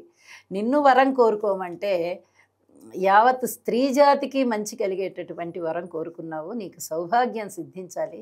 అలాగే అన్నదమ్ములు ఈ రోజున గనక అక్క చెల్లెళ్ళ చేతి భోజనం చేసినట్టయితే వాళ్ళకి ఎటువంటి యమబాధలు ఉండవు, అకాల మృత్యువులు ఉండవు, చక్కగా వాళ్ళకి ఆయుష్ పెరుగుతుంది అని చెప్పి వరాన్ని ఇచ్చి వెళ్తాడనమాట. ఈ భగిని హస్త భోజనానికి ఇంత ప్రాధాన్యత ఉంది అన్నా చెల్లెళ్ళకి. వనభోజనాల గురించి చెప్తారా? వనభోజనాలు అనగానే ఇది చాలా అద్భుతమైనటువంటి కార్యక్రమం అండి. ఉదయాన్నే చక్కగా కాలకృత్యాలు తీర్చుకొని అందరూ కలిసి, కొంతమంది కలిసి ఏదైనా తోటకి వెళ్తారు. ఆ తోటలో ఉసిరి చెట్టు ఉండేటట్టుగా కూడా చూసుకుంటారు. ఉసిరికి చాలా ప్రాధాన్యత ఉంది కాబట్టి ఉసిరి చెట్టు దగ్గరికి వెళ్ళి అక్కడ ఉసిరి చెట్టుకి పూజ చేస్తారు, తులసికి పూజ చేస్తారు, ఇక దైవనామస్మరణతో కాలక్షేపం చేస్తారు. అలాగే 10 మంది వెళ్ళడం వల్ల మరి ఆ వన భోజనం చెయ్యాలి కదా, వనంలో భోజనం చెయ్యాలి కదా, ఆహార పదార్థాలన్నీ తీసుకెళ్తారు వేరు. అక్కడ చక్కగా ఆహార పదార్థాలన్నింటినీ వండాలి. మరి వండాలి అంటే ఎవరు వండాలి? ఈ వెళ్ళిన 10 మందే వండుకోవాలి. గాడిపోయలు తీసేవాళ్ళు కొందరు, పాత్రలు సరిచేసేవాళ్ళు కొందరు, కూరగాయలు తొరిగేవాళ్ళు కొందరు, నీళ్లు తెచ్చి పెట్టేవారు కొందరు, ఇలా రకరకాలుగా బంతి భోజనాలకు ఏర్పాట్లు చేయడానికి విస్తర్లు అలాంటివన్నీ ఏర్పాటు చేసేవారు కొందరు, దైవనామస్మరణ అందరి చేత చేయించడానికి కొందరు ఉద్యుక్తులు అవుతూ ఉంటారు. అలాగే పురాణ కాలక్షేపం, ఇవన్నీ కొందరు ఇలా పనులన్నిటినీ విభజించుకొని కలిసిమెలిసి చేస్తారు. దైవనామస్మరణ చేయడమే కాదండి, దైవ పూజ ప్రారంభించినప్పటి నుంచి సాలగ్రామాన్ని పెట్టుకొని పూజ చేస్తారు. ఆ రోజున పెట్టుకొని మళ్ళీ సాయంత్రం పూజ చేసుకునేంత సమయం వరకు కూడా అందరూ ఐకమత్యంతో ఒక చోట గడుపుతారు. ఈ ప్రకృతిలో, ఈ వనాల మధ్య అంటే చెట్ల మధ్య 10 మంది కలిసి ఆహారాన్ని వండుకుని శుచిగా వండుతారు, దైవానికి నివేదన చేస్తారు, అలాగే పురాణ కాలక్షేపం చేస్తారు. ఈ దైవానికి నివేదన చేసినటువంటి ఈ ఆహారాన్ని తిరిగి దైవానికి నివేదన చేసిన తర్వాత ఏమవుతుంది? అది ప్రసాదం అవుతుంది. ఆ ప్రసాదాన్ని వీళ్ళందరూ కలిసి భుజిస్తారు. దీనివల్ల చాలా అద్భుతమైనటువంటి ఫలితాలు ఉన్నాయండి. ఒకటి, 10 మందితో కలిసి పురాణ కాలక్షేపం చేయడం కానీ, దైవనామస్మరణ చేయడం కానీ చేస్తూ ఉండడం వల్ల ఒక బలం, నాకు మీరున్నారు, మీకు నేనున్నాను అనేటటువంటి ఐకమత్యం కనిపిస్తుంది అక్కడ. భగవంతుడు మన పట్ల ఉన్నాడు, మనకేమి భయం లేదు, చక్కగా భగవన్నామస్మరణ చేసుకుంటున్నాము, ఆయన మన కష్టాలు ఏమన్నా ఉంటే తప్పిస్తాడు అనేటటువంటి ఒక భక్తి భావన, బలీయమైన నమ్మకం. పచ్చటి వనాల మధ్య భోజనం చేయడం వల్ల ఆరోగ్యం, ఉసిరి చెట్టు కింద చేయడం వల్ల చక్కటి జ్ఞానం పెరుగుతుంది. 10 మంది ఒక చోట కూడి ఐకమత్యంగా ఇది కష్టము ఇది సుఖము అనేది లేకుండా 10 మంది అక్కడ కష్ట సుఖాలని పంచుకుంటారు. ఎందుకంటే వంటలు చేయడం అంటే అది మామూలు విషయం కాదు కదా. అది ఇంట్లో ఎవరింట్లో వాళ్ళు ఇద్దరికి ముగ్గురికి గబగబా చేసేసుకుంటారు. కానీ 10 మంది కలిసినప్పుడు, అది 10 మంది అవ్వచ్చు, 20 మంది అవ్వచ్చు, 50 మంది అవ్వచ్చు, చెప్పలేం. ఎంతమంది అయినా కలిసి వెళ్తారు ఈ వనభోజనం. అలా కలిసిమెలిసి వెళ్ళినప్పుడు బోళ్ళన్ని రకాల ఏర్పాట్లు చేసుకోవాల్సి ఉంటుంది. ఆ ఏర్పాట్లు చేయడంలో ఈ వనాల దగ్గర అదంతా శుభ్రం చేసుకోవడం, రాళ్ళు రప్పలు తీయడము, కంపలు పుల్లలు ఇలాంటివన్నీ తీయడము, ఇలాంటివన్నీ మరి కష్టమే కదా. మరి ఇలాంటి కష్ట సుఖాలన్నీ కూడా అక్కడ అందరూ కలిసి పంచుకోవడం వల్ల ఒక ఐకమత్యం బలపడుతుంది. వీళ్ళందరి మధ్యలో మీకు మేమున్నాం, మాకు మీరున్నారు, ఏ పనైనా మనం ఇలా కలిసి చేసుకోవడం వల్ల ఆ కష్టాన్ని మనం తగ్గించుకోవచ్చు అనేటటువంటి మానసికమైన దృఢత్వం, బలం, ఇవన్నీ కూడా మనిషికి బలాన్ని ఇస్తాయి. ఇటు ఆధ్యాత్మిక పరంగా బలం వస్తుంది, ఇటు భౌతికంగా బలం వస్తుంది, ఇటు ప్రకృతి పరంగా చక్కటి ఆహ్లాదకరమైన వాతావరణంలో సంచరిస్తున్నారు రోజంతా. ఇంతసేపు గడపడం అనేది కూడా, అందరూ సమయాన్ని పెట్టుకొని గడపడం కూడా ఒక ఉల్లాసం కదా. ఏదో ఇలా కనిపించి అలా వెళ్ళిపోయేటటువంటి రోజుల్లో మరి అందరూ కలిసి ఒక చోట అంత సమయాన్ని మళ్ళీ సాయంత్రం వరకు కలిసిమెలిసి ఉంటున్నారంటే ఎంతో సమయాన్ని అక్కడ పెడుతున్నారు, ఎన్నో పనులు పక్కన పెట్టుకొని. నా కోసం నువ్వున్నావు, నీ కోసం నేనున్నా అనేటటువంటి ఒక బంధుత్వము దృఢపడి, ఒక దైవ చింతన పెరిగి, ఇలాగా రకరకాలైనటువంటి భావనలు మనకి ఇక్కడ కనిపిస్తూ ఉంటాయి. ఇవన్నీ ఒక ఎత్తు అయితే, ఇంకొకటి ఏంటంటే ఒకళ్ళు ఎక్కువ ఒకళ్ళు తక్కువ అనేటటువంటి భేదము లేకుండా ఆ భోజనానికి కూర్చున్నప్పుడు ప్రతి వాళ్ళు, మన పక్కన ఎవరో ఒకళ్ళు కూర్చుంటారు, ఎవరి పక్కన ఇంకొకళ్ళు కూర్చుంటారు, భేదభావం లేకుండా, మనసులో ఒక స్థాయి భేదాలు అనేవి రానివ్వకుండా చక్కటి ఐకమత్యంతో అందరూ కలిసిమెలిసి భోజనం చేస్తారు. ఇది ఒక సుహృద్భావ వాతావరణాన్ని పెంచుతుంది. ఇలా వనంలో చేయడం వల్ల, ముఖ్యంగా ఉసిరి చెట్టు కింద చేయడం వల్ల ఆధ్యాత్మికమైనటువంటి జ్ఞానం పెరుగుతుంది, అలాగే పుణ్యం కూడా పెరుగుతుంది. వనభోజనాలలో ఇంత పరమార్థం ఉంటుందండి. క్షీరాబ్ది ద్వాదశి వ్రత విధానం ఒక్కసారి వివరిస్తారా? క్షీరాబ్ది ద్వాదశి అంటే పౌర్ణమి ముందుగా వచ్చేటటువంటి ద్వాదశి అన్నమాట. శుక్లపక్షంలో వచ్చేటటువంటి ద్వాదశి. దీన్నే చిలుక ద్వాదశి అని కూడా అంటారండి. అయితే ఈ ద్వాదశికి చాలా ప్రత్యేకత ఉంది. ఏకాదశి పూజ చేసుకుంటాము, అలాగే కొంతమంది వ్రతం ఆచరిస్తారంటే ఉపవాసమే వ్రతం, పూజ చేసుకోవడం, ఆ రోజున ఇక ఏమి తినకుండా ఉండడం, అదే ఏకాదశి వ్రతం. అంటే ఒక దీక్ష భూనినట్టు అన్నమాట. అయితే మరుసటి రోజు ద్వాదశి నాడు తులసి అమ్మవారికి పూజ చేసుకుంటాం. ఆ తులసి చెట్టు దగ్గరే మనము తులసి కోటలో పెట్టుకుంటాం కదా, తులసమ్మని తులసి కోటలో పెట్టుకున్న అక్కడనే విష్ణుమూర్తిని కానీ కృష్ణుణ్ణి కానీ అక్కడనే ఆ బొమ్మని పెట్టుకొని, అంటే విష్ణువు లక్ష్మి అన్న భావనతో పూజ చేసుకుంటాం మనం. దీనికి ఈ క్షీరాబ్ది, క్షీర అంటే పాలు, పాల సముద్రం నుంచే కదా ఆవిడ వచ్చింది. కాబట్టి ఆవిడికి మనము పూజ చేస్తున్నట్టు అనమాట, లక్ష్మీ అమ్మవారికి. ఆ రోజున మనము ఎన్ని దీపాలైనా వెలిగించుకుంటాం. తులసమ్మ దగ్గర చేసేటటువంటి ప్రత్యేక పూజ ఇది. మామూలుగా తులసి కోట దగ్గర ప్రతిరోజు దీపం పెట్టుకుంటాం మనం. కార్తీక మాసంలో అయినా దీపం పెడతాం అక్కడ, మామూలుగా విడిగా రోజుల్లోనైనా దీపం పెట్టుకునే అలవాటు చాలామందికి ఉంటుంది. ఇంట్లో పూజ చేసుకొని కూడా మళ్ళీ ఒక దీపాన్ని తీసుకెళ్ళి తులసమ్మ దగ్గర పెట్టుకుంటాము. అయితే ఈ కార్తీక మాసంలో ఈ ద్వాదశి రోజున చేసేటటువంటి పూజ ప్రత్యేకంగా తులసి దగ్గరే చేస్తాము. తులసి చాలా మహాపతివ్రత, చాలా గొప్ప పతివ్రత, లక్ష్మీదేవి అంశ అనమాట ఆవిడ. కాబట్టి ఈ క్షీరాబ్ది ద్వాదశి రోజున అమ్మవారికి పూజ చేసుకుంటాము. అమ్మవారితో పాటు అయ్యవారికి కూడా పూజ చేసుకుంటాము. ఉపవాసాలతో పని లేదు దీనికి, ఇక ఉపవాసం చేయాల్సింది ఏమీ లేదు. ఆ రోజు పగలు భోజనం చేసి ఉంటాము అందరము. ఎందుకంటే ముందు రోజు ఏకాదశికి చాలామంది ఉపవాసాలు ఉండి మరుసటి రోజు ద్వాదశి భోజనం చేస్తారు కదా, పారణ చేసుకుంటారు కదా.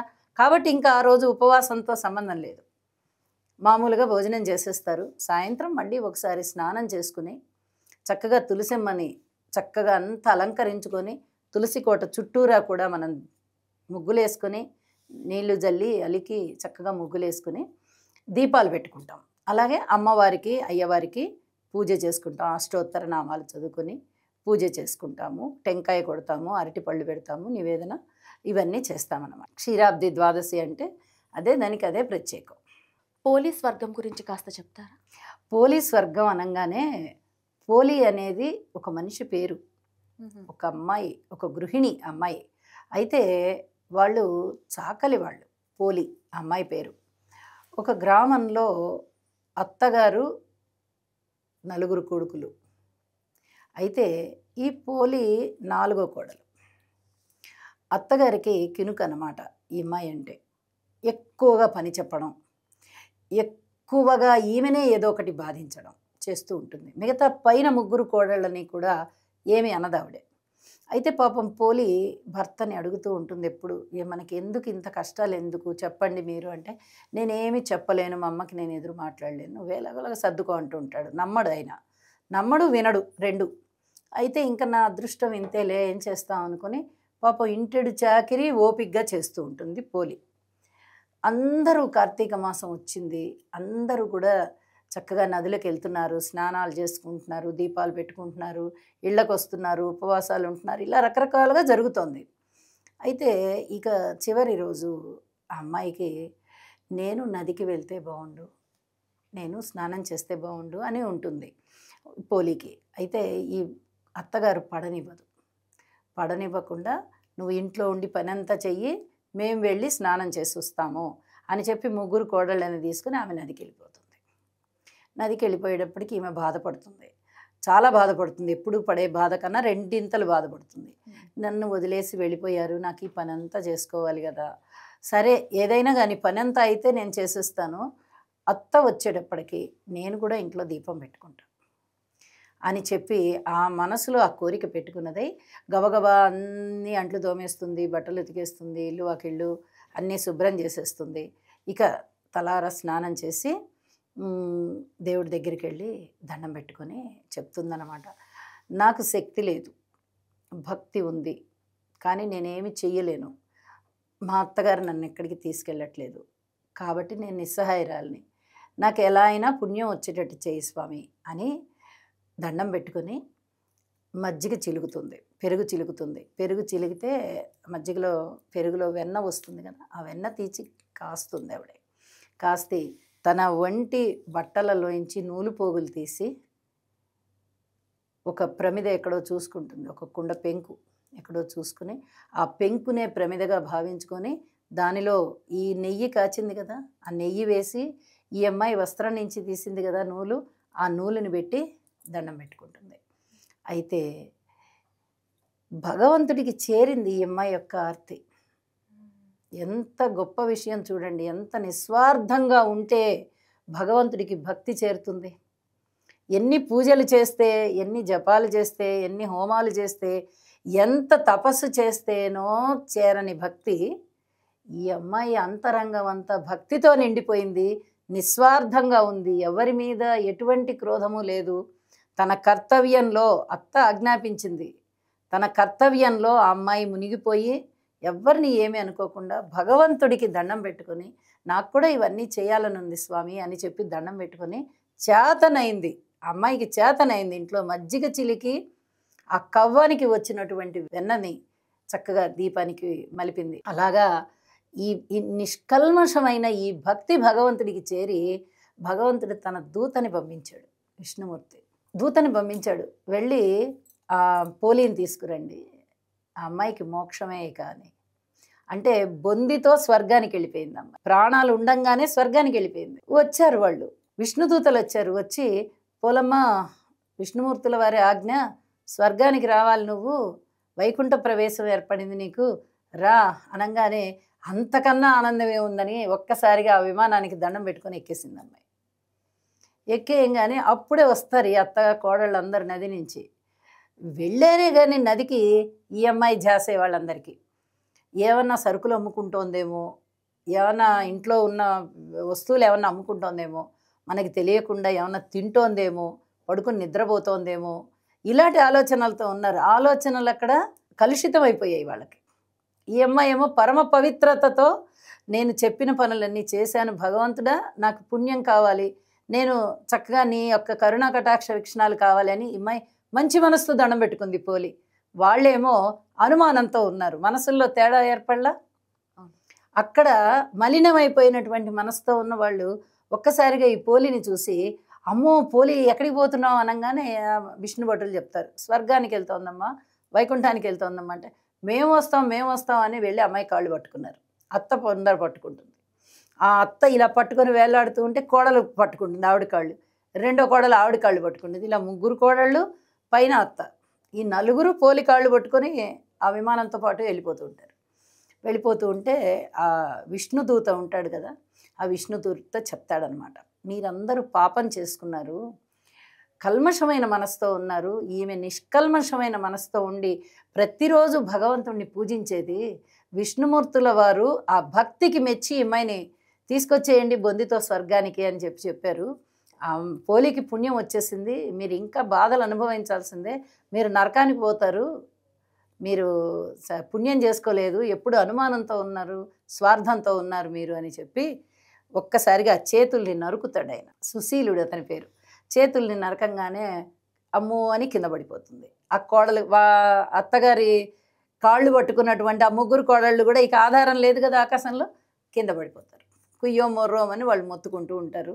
ఈ దృశ్యాన్ని మొత్తం ప్రజలందరూ చూస్తుంటారు, ఆ నగర ప్రజలు. పోలి స్వర్గానికి వెళ్ళిపోయింది బొందితో. ఎంత పుణ్యాత్మరాలు. మనము కూడా ఆమె పేరుతో దీపాలను పెట్టుకుందాము అని ఎన్ని దీపాలు వీలైతే అన్ని దీపాలు పెట్టి అరటి మట్టలో ఆ దీపాల్ని ఉంచి నదిలో వదిలేస్తారు. ఎక్కడ కుదిరితే అక్కడ నది, తటాకము ఉన్నాయి కదా, సరస్సులు, అందులో వదిలేస్తారనమాట. వదిలేసి ఆ రోజు ఈ పోలీస్ స్వర్గానికి వెళ్ళిన కథని చెప్పుకుంటారు. ఆ రోజు ఆ అమ్మాయికి స్వర్గం ప్రాప్తించింది కాబట్టి మా మనసులు కూడా నిష్కల్మషంగా ఉండాలి, మాలో కూడా భక్తిభావం పెరగాలి అనేటటువంటి ఆలోచనతో ఈ కథని చెప్పుకొని ఆ పోలమ్మ పేరు చెప్పుకొని దీపాలు పెట్టుకుంటారు. కులం ఏదైనా సరేనండి, కులానికి ప్రాధాన్యత లేదు, గుణానికి ప్రాధాన్యత ఉంది. అటువంటి యొక్క గుణానికి అద్భుతమైనటువంటి దైవ సన్నిధానం దొరికింది అనేటటువంటి కథ పోలీస్ వర్గం. ఇది కార్తీక మాసంలో చివరి రోజైన అమావాస్య రోజు చేస్తామన్నమాట. పోలీస్ వర్గం దీపాలు పెడతాం. ఆ రోజు దీపాలు పెట్టి నీళ్ళల్లో వదిలేస్తాం. ఆలయాల్లో ఆకాశ దీపాన్ని ఎందుకు వెలిగిస్తారు? ఆకాశ దీపం అనగానే మనకి చాలా ఎత్తైన ప్రాంతంలో దీపం పెట్టడం అనేది అర్థం. ఆ ఎత్తుగా పెట్టడాన్ని ఆకాశం అన్నాం మనం. అలాగే విష్ణుమూర్తి సర్వాంతర్యామి. మనము భగవంతుడికి పెట్టేటటువంటి దీపము గుడిలో ధ్వజస్తంభం మీద పెడతాం. అలా ధ్వజస్తంభం మీద పెట్టినప్పుడు ఆ ఆకాశంలో సర్వాంతర్యామిగా ఉన్నటువంటి విష్ణువు, అంటే వ్యాప్తి చెందినవాడు విష్ణువు కాబట్టి అలాంటి వ్యాప్తి చెందినటువంటి విష్ణుమూర్తికి ఈ దీపం అని చెప్పడం ఒక ఉద్దేశం అయితే, రెండవ ఉద్దేశం కూడా ఉందండి. కార్తీక మాసంలో ప్రారంభం రోజున మొదలుపెట్టి ఇక ప్రతిరోజు కూడా ఆకాశ దీపాన్ని పెట్టే వాళ్ళు ఉంటారు. ముఖ్యంగా గుళ్ళల్లో తప్పనిసరిగా పెడతారు. మొదటి రోజు కంపల్సరిగా పెడతారు ఇది. అయితే రెండవ ఉద్దేశం ఏంటంటే, ఇది భగవంతుడికి పెట్టే దీపము. గర్భగుడి ముందర మనకి ధ్వజస్తంభం ఉంటుంది. ఆ ధ్వజస్తంభం పైన ఈ దీపాన్ని పెట్టే ఏర్పాటు చేస్తాం. చక్కగా ప్రమిదలో దీపం పెట్టి మనము బావిలో నీళ్లు తోడడం అనేది మీకు తెలిసే ఉంటుంది చాలామందికి.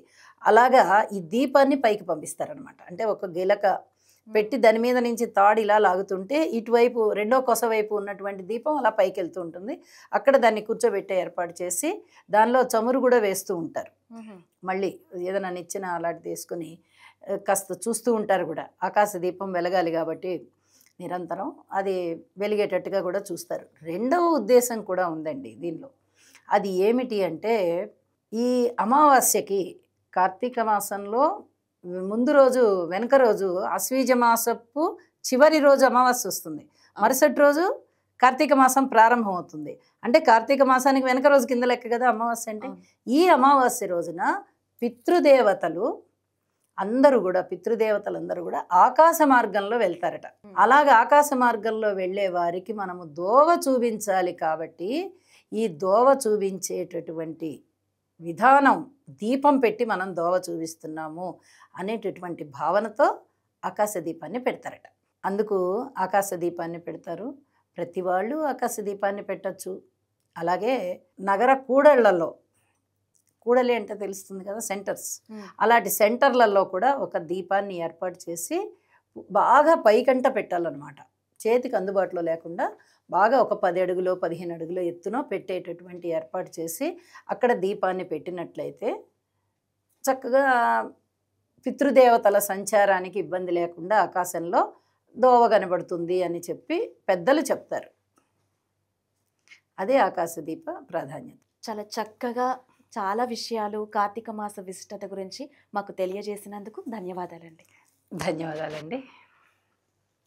తెలుసుకున్నారు కదండి కార్తీక మాస విశిష్టత గురించి. ఇది ఇవాల్టి ప్రత్యేక కార్యక్రమం. మరొక కార్యక్రమంలో మళ్ళీ కలుసుకుందాం. అంతవరకు సెలవు. నమస్కారం.